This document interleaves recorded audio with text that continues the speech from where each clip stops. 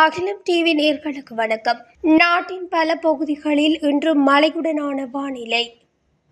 காலநிலை மாற்றம் குறித்து வளிமண்டலவியல் திணைக்களம் அறிக்கை ஒன்றை வெளியிட்டுள்ளது. இதன்படி இன்று பிற்பகல் 1 மணிக்கு பிறகு மழையோ அல்லது இடியுடன் கூடிய மழையோ பெய்யக்கூடும் என வளிமண்டலவியல் திணைக்களம் எதிர்வு கூறியுள்ளது.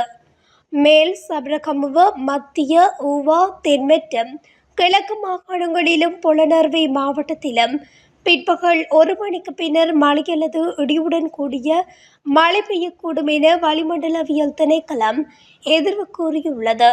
நாட்டின் சில பகுதிகளில் மாலை அல்லது இரவில் மழை அல்லது இடியுடன் கூடிய மழை பெய்யக்கூடும்.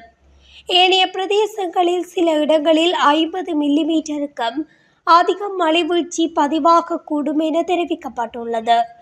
மேல் மற்றும் தென் மாகாணங்களிலும் புத்தளம் மாவட்டம் மற்றும் கடலோர பகுதிகளில் மழை பெய்யக்கூடும்.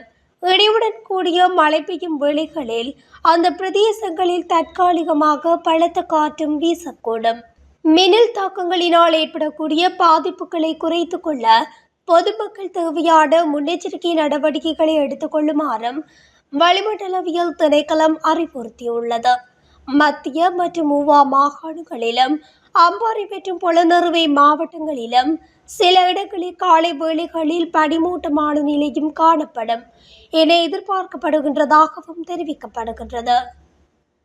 தொடர்ந்தும் இலங்கையின் முக்கிய செய்திகளை உடனுக்குடன் தெரிந்து கொள்ள அகிலம் டிவி ஊடகத்துடன் இணைந்திருங்கள். நன்றி, வணக்கம். அகிலம், மாற்றத்திற்கான மக்கள் குரல். இந்த வீடியோ பிடிச்சிருந்தா லைக் பண்ணுங்க, கமெண்ட் பண்ணுங்க, ஷேர் பண்ணுங்க. மறக்காம கீழே இருக்க பெல் ஐகானை கிளிக் பண்ணுங்க.